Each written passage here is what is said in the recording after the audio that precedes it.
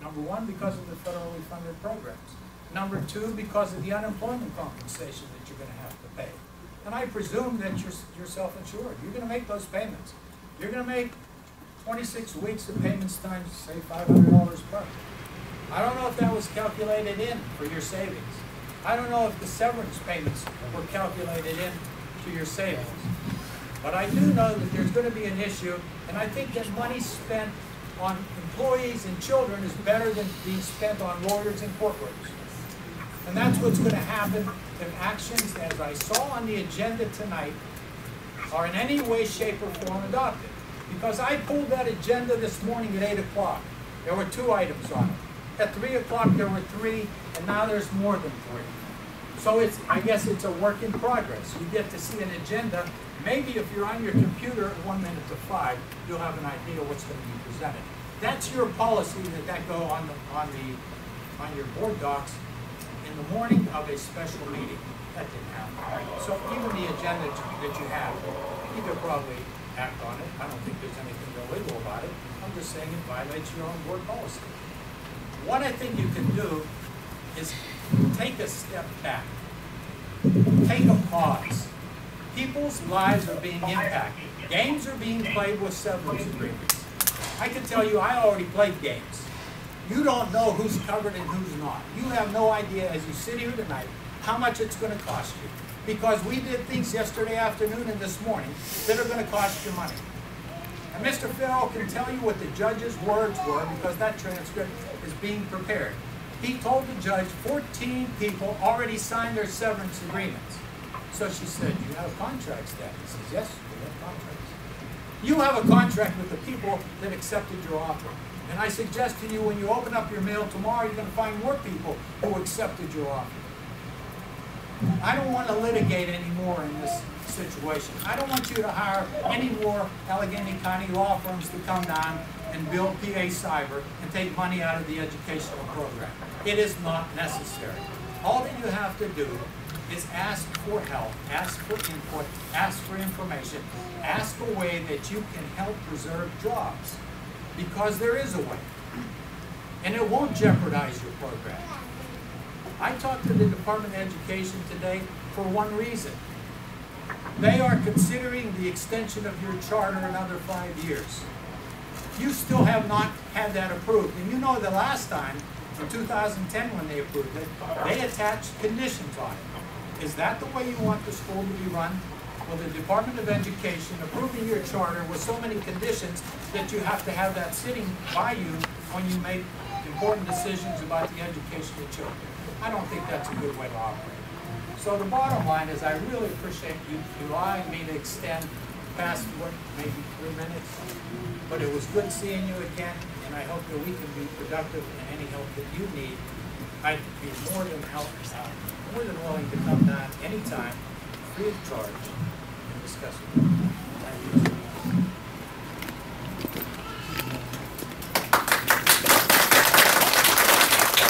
I want to thank you all for listening to us. I hope that you will listen. Don said a lot, so I will be a lot less long-winded than he is, and that's why I like him. Am I allowed to pass, or do I have to give it to someone pass down?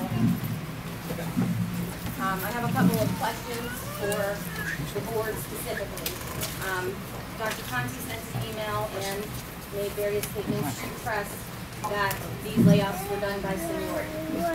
And then some people clarified seniority by department. Specifically, my department, the teacher evaluation department, was formed on July 1 last year. There were 5 people in it. 3 or 4 of them were well, there were 5 administrators in it. I don't know how we would have different seniority within the department because the department was formed July 1. If you have to go next by hire date, I am senior to every one of them except 1. So I'm confused as to why I'm standing here today. Also, the paper that you're receiving now, I'll give you a moment to read it, but most of you have already read it before because you were members of the board in 2011. Back when we were facing budgetary cuts and layoffs, when I worked at a place where I believe in and who prepared. The person who wrote that email said, instead of laying 43 people off, what we would do would be to have a pay freeze. I'm just asking the board, was that considered? I know that someone came to the board and said, we need to reduce force. So did they give you any other options? Did they offer voluntary layoffs, early retirement? Did they give you any other option, like the one in that email, rather than just callously laying off 43 people who have children, who need benefits? Did they do that? If this was truly budgetary, John just listed a whole host of things you could have done. I want to know if anything else was considered. My family and all of these people's families deserve that.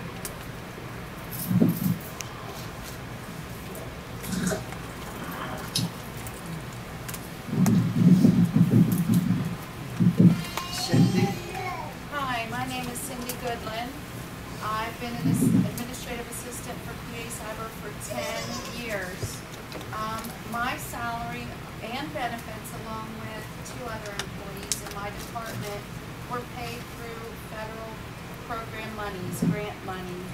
So I'm not sure how that affects PA Cyber's general fund. There were other people hired before we were let go. These positions weren't posted, they were just filled.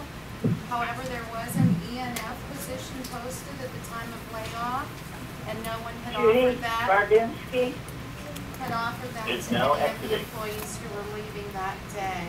I'm sure a number of us would have been qualified to do that position. Our memorandums of employment that we signed last year did not state that we would lose seniority by moving into new departments during restructuring last school year. If I'd have known that, I wouldn't have signed it and moved to a different department. I have an email from a fellow employee who offered to give up her job, meaning she would take early retirement, and she had sent that email to HR the day that I was let go, and I'm grateful for that person for doing that. However, HR has not responded to her. I hope that you reconsider what has happened. You've lost a lot of good employees. Please reconsider. Thank you for your time.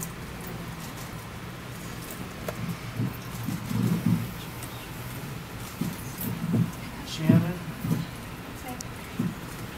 I have to read from this because if not, I'll probably cry the entire time. So just bear with me. I'll just read it.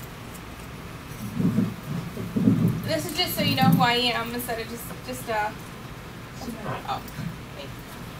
Sorry, Alan knows. He was the one who called me, and I think I cried the whole time too. So okay, together. This is just so you know who I am, instead of just a name. I began working for PA Cyber 5 years ago. At the time, I was home on a maternity leave. Previously, I had taught 3rd grade at Kutztown Elementary School in Kutztown, PA. Eager to resume my career, I had been searching for opportunities that would fulfill my need for flexibility while I was at home with my child. I had heard about all the wonderful things PA Cyber was doing for children whose needs were not being met by a traditional education system. Impressed by its curriculum and teaching standards, I submitted my resume and eventually was hired as a Title I tutor. After tutoring for several months, I resigned from Kutztown in an effort to pursue a career with PA Cyber. I loved being a tutor. I was able to reach out to students and help them succeed in numerous subjects. 3 years into the program, I was approached by Audrey to fill a substitute position, VC position, created by Heidi Saraceno, who was taking a leave of absence. I was very excited about going into VC and without hesitation accepted the position. I was only supposed to cover Mrs. Saraceno's position for a few months, however, it turned into the entire year. I loved it so much that I interviewed to become a full-time VC teacher. I was overjoyed when I was hired last summer to become a 5th grade social studies teacher. I got my notice in early June and worked all summer on becoming familiar with our curriculum and my colleagues. I had a wonderful year teaching 5th grade. My colleagues and I worked together very well and even met on our own time for planning. I was really looking forward to this school year, so much so that I spent my summer vacation on a field trip to Virginia to explore historical sites, including Jamestown and Williamsburg and Richmond, in an effort to enrich my classroom. Teaching is my passion, not my job. I love what I do, and I'm thankful for the opportunities PA Cyber gave me. To that end, I am deeply disappointed by the furloughs. I was treated as if my time and experience at PA Cyber meant nothing. I was hardly given a heads up, and it was so late in the summer that it would be next to impossible to find another academic opening. Our email was shut off right away, preventing me to either gathering support email correspondence like lovely parent notes or teacher shared websites, and even lesson plans. Adding insult to injury, PA Cyber failed to provide timely notifications regarding healthcare coverage, also ending abruptly on July 31st. As a result, we had to hastily make changes to ensure continued healthcare coverage that was a much higher cost. My family and I are now paying over $500 a month for healthcare. I understand the furloughs are a fact of life in today's uncertain economy. Further, I'm fully aware that my seniority was the leading factor behind my furlough. However, I'm an awesome teacher, and I go above and beyond for my students, and it's evident in all my observations. It is my sincere desire that you take this into full account considering your prior upcoming decisions. Thank you for your time.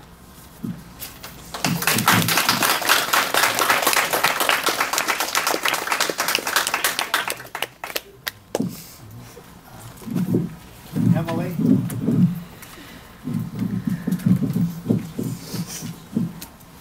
I kind of have the same thing as Shannon. I had to write my thoughts down.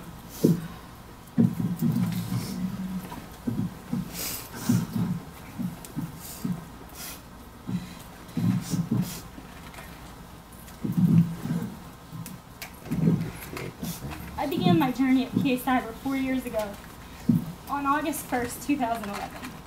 After having owned my own dance studio, then working as an administrative assistant, and then a substitute teacher, I thought I'd finally achieved my goal of becoming an educator, and I finally found where I belonged, and felt I had a purpose and made a difference in the lives of others. I was a part of an organization that offered the alternative to students who were not getting all they needed from their traditional brick and mortar school, and I was proud of it. I had always seen myself in a brick and mortar setting, but when I landed here, I realized that I was supposed to be here. And my situation was going to end up a lot better than I ever thought that it could. After 2 years as an IS, which I loved, being in that position, 1 year working on site as a VC 6th grade math teacher, which I loved even more, and then working from home in that same position, I couldn't imagine my life being any better. I was teaching, I was making a good living, I was at home with my son, I could see him on my breaks. I had the best of both worlds. On July 21st, my world as I knew it came to a screeching halt. At 1:04, I'll never forget the time, I saw the number on my phone, and I knew. And I heard Alan ask for me. I heard you say I was furloughed, and I didn't hear anything after that. I was in my living room, I fell to my knees, and all I could think of was the fear of losing my house that my husband and I bought to raise our son, Santino, in. The sadness that we may not be able to try to extend our family right now because we can't afford it. The fear that we need a new vehicle, but we might not be able to afford that either. The fear that it's so late in the summer that I may have a difficult time finding a new job, and unemployment just isn't going to cut it right now. The sadness that I always thought I would be with PA Cyber for so much longer than 4 years, and that I would no longer have contact with past students and families that I loved keeping in touch with. meeting new parents and families and students, or that I would not get to start the